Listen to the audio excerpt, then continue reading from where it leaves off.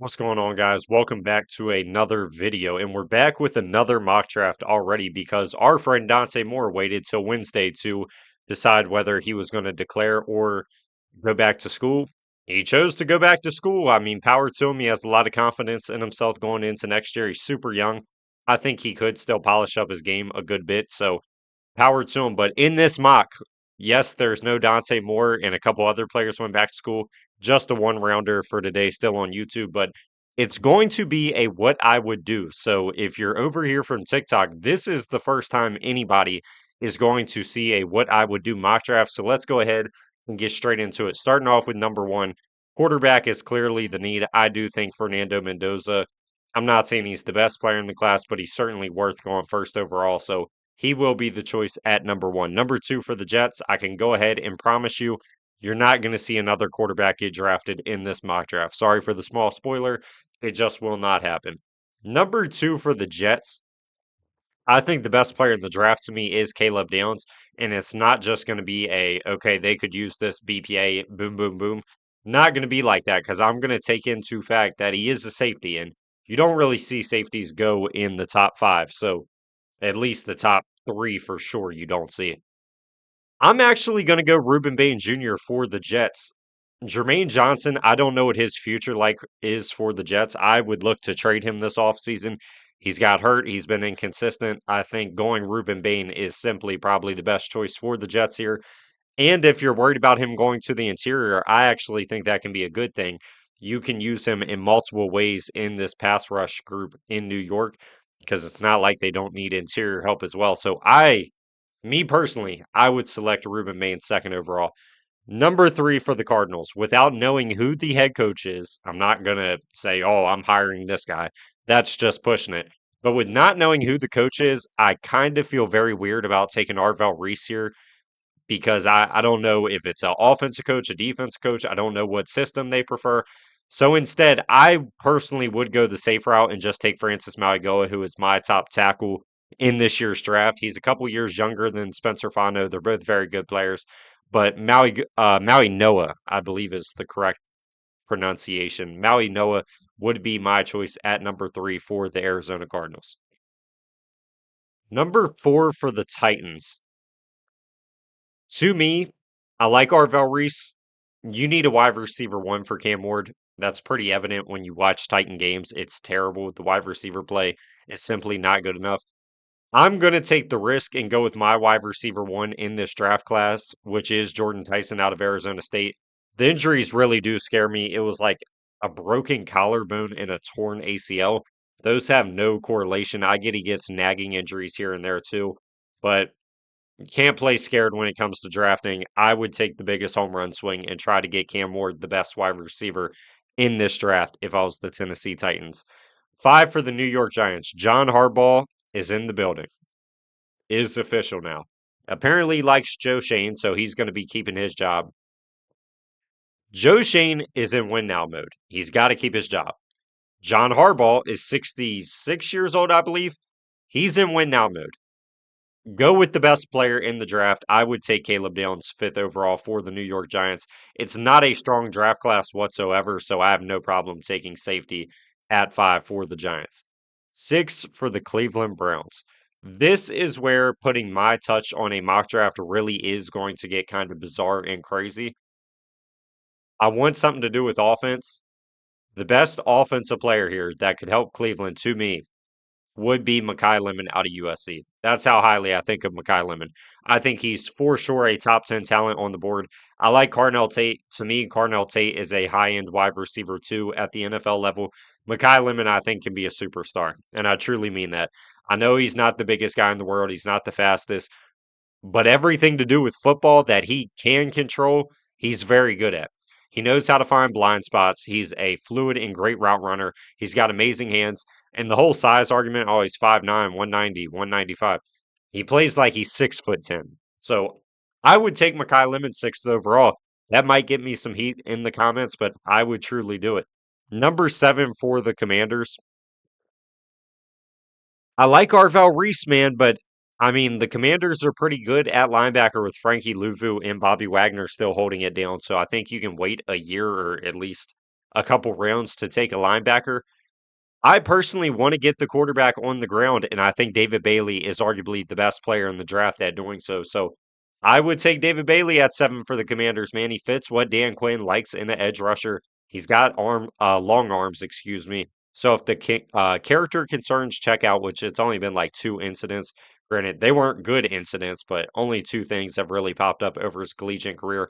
I would take the shot, man. If you watch the playoff game against Oregon, the dude is a real disruptor, and he showed up in the biggest game of the year. I love David Bailey. Number 8 for the Saints. It feels weird seeing Arvell Reese here, but I don't know. Maybe that speaks how I feel about Arvell Reese. I don't hate him by any means. I just don't really know what he is at the NFL level. But a team I would be willing to figure that out with would be the Saints because they could use more linebacker help and some more edge help. So Arvell Reese will be the 8th overall pick. He's such a dynamic athlete, and he's really a phenomenal athlete for his build. What is he, 6'4", 6'5", 250? Or 245? Yeah, 6'4", 245, damn near. I would take the shot on him at 8. I'm not really on board. Now, granted, I think it's possible he goes number 2 or 3, but I'm not on board with it. I feel pretty good about giving Brandon Staley a unique player like this, and I think he could figure out a role for Arvell Reese.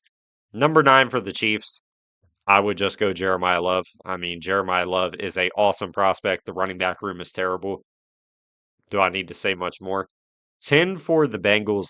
I am all about improving the pass rush, and I think Peter Woods can do that for you in a big, big way. So getting Peter Woods right here to add to the interior defensive line, excuse me, with Chris Jenkins, I think would actually do wonders for the pass rushers on the outside. 11 for my Dolphins. Funny enough, now it kind of looks like I rigged this to help out my fans. I promise you I didn't. I was kind of talking about it earlier. The Dolphins, for some time on the offensive side of the ball, have been missing a big receiver. And now you're in need of another wide receiver opposite of Waddle that Tyreek Hill will be gone. I will go Cardinal Tate here. I would be a big fan of this. And I promise you, this dude truly is my wide receiver 3 in this draft class. So, but if he was here for the Dolphins, I'd be ecstatic. He didn't have any drop problems during the regular season, even though he had a couple bad drops in the playoff game before Miami sent them home. Shout out to you. But yeah, I mean, he's a good route runner. He's physical. Like, the dude is a very well-rounded football player. I just don't know if he's going to ever be that superstar in the NFL level. But the Dolphins just need more good players on the team.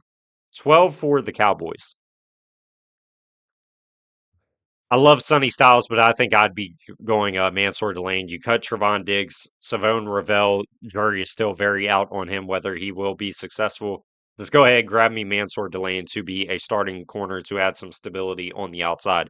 13 for the Rams. Sort of a weird spot here, man, because I mean, normally you never see all 3 wide receivers off the board when you're picking here.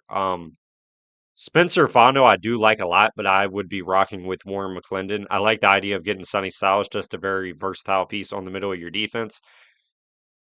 I think, however, I would be banking on the upside and going Jermod McCoy out of Tennessee. This dude was one of the 3 to 5 best players in the draft before he got hurt and missed all of 2025. To me, I think he's healthy and ready to rock and roll and get back to that same level we saw him play at a year ago. So I don't really feel like there's a ton of risk. Like, it was a torn ACL. He doesn't have reoccurring injuries. He had a freak injury. 14 for the Ravens. Man, it's getting hard to pass on Spencer Fano at this point. Like, he is a good player. Some people think he's better suited at guard to begin with. The Ravens have a huge need at right guard. He offers you tackle flexibility if someone was to get hurt. So I think I would take Spencer Fano there at 14 for the Baltimore Ravens to just make the offense line better. 15 for the Tampa Bay Bucks. I would run the card in on Sonny Styles. That's my dream pick for the Bucks. I think that's every Buccaneers fan's dream pick. So if he's there, I don't have to really think much about it.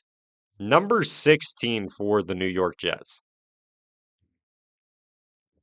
We got Ruben Bain, which was my doing. Like I said, I would not take Ty Simpson here. Wide receiver, I wouldn't take either of these guys at this point in the draft. Man, the board fell very bad for the Jets. Obviously not going safety. I am a fan of these corners. Like I would be willing to take one of these corners here. So which one do I prefer? I think Avion Terrell's more pro ready. I like Colton Hood's ability to stick on the boundary, though, so I will select Colton Hood 16th overall to the New York Jets to add some size in the corner room. Stepped up in a big way for Tennessee as the CB1 this year with Jermod McCoy being out the entire season. I'm a big fan of Colton Hood. I think he's about as solid as it gets at the corner position. 17 for the Lions. I think I would take the shot on Keldrick Falk. He's playing opposite of Aiden Hutchinson. He's a massive human being, 6'6, 285 pounds. He doesn't turn 21 till like September or October, super young, and already a very well polished run defender. So I think Keldrick Falk's a guy that might go in the top 10 of the draft, despite the lack of sack production outside of, I mean, he showed good flashes of it in 2024. So it's not like it's always been invisible like some prospects should more Stewart. But yeah, I would certainly take the shot on Falk if I was the Lions at 17. And at 18, I for sure would be going Caden McDonald. I think this dude is a monster on the interior of the defensive line. Good size, 6'3, 325, just a game wrecker to add on the interior. And I would try to bring back Jalen Redmond as a side note for the Vikings as well. 19 for the Panthers. This is really going to be putting my own mark on this mock, I guess because I personally would take Kenyon Sadiq. I like Mitchell Evans' depth. I like JT Sanders. I like Tommy Trimble's depth. I don't know if you'll keep four tight ends, but I can tell you right now, if the only thing stopping me from drafting Kenyon Sadiq to the Panthers is to cut Tommy Trimble, I would do it a million times over again. Kenyon Sadiq can be such a unique weapon for your offense in the slot, in line. I mean, he's so versatile. You already utilize all your tight ends as it is, so I feel even better about taking him here. And he's just such a dynamic athlete to get on this team for Bryce Young. 20 for the Dallas Cowboys. Got Mansour Delane. We got options. Edge, like I do like TJ Parker. And I think I will take TJ Parker. He's just a very safe floor player to add to a pass rush room that just needs more of those guys opposite of Donovan Ezraku, who looked pretty good as a rookie. 21 for Pittsburgh. It's not going to be wide receiver, surprisingly. I'm just going to arguably BPA on the board and go Avion Terrell out of Clemson. I love the idea of him in the nickel. Then you have Joey Porter on one side, James Pierre and Asante Samuel fighting for the other starting spot. I think that's pretty stellar. That's a pretty stellar secondary, and I feel really good about the wide receiver value in the second round at 53. 22, I would sprint the card in on Vega Ione. I wouldn't even hesitate either. I would take him a million times over again, no matter who's on the board if I was the Chargers. 23 for the Eagles. Corner has surprisingly got pretty depleted here. I still like Brandon Sisse a lot. I don't know if I would take him here, though. Tight end, obviously, there's nothing to even consider. Offensive line, there is. There definitely is. Caden Proctor is a very good Mekhi Becton fit at right guard. I don't know if I'm the biggest fan of Caden Proctor personally, so I would not take him here. Cassius Howe, I think, would be a fun player to add to your edge pass rushing room. Don't think I would do it.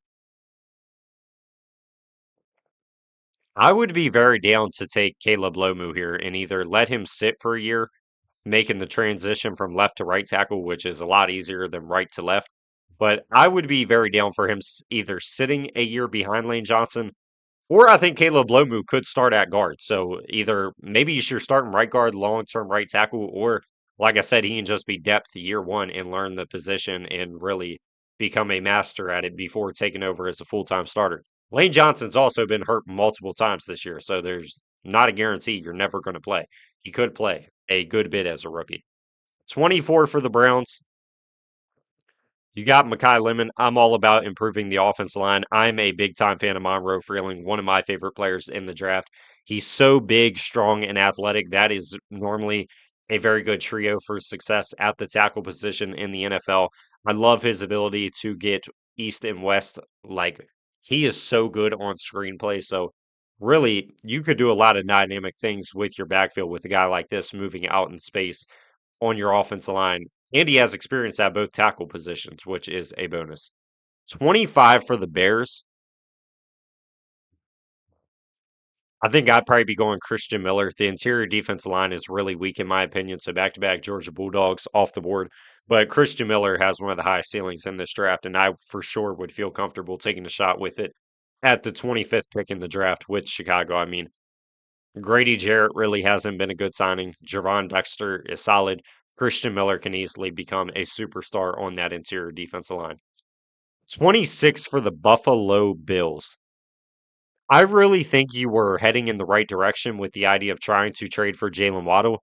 So I'm just going to draft a guy that gives me a lot of Jalen Waddle vibes. I'm not saying he's going to be Jalen Waddle because Waddle's obviously a borderline top 15 receiver in football. But Casey Concepcion, I think, could offer a lot of similarities and be a very good down the field threat for Josh Allen. 27 for the Niners offense.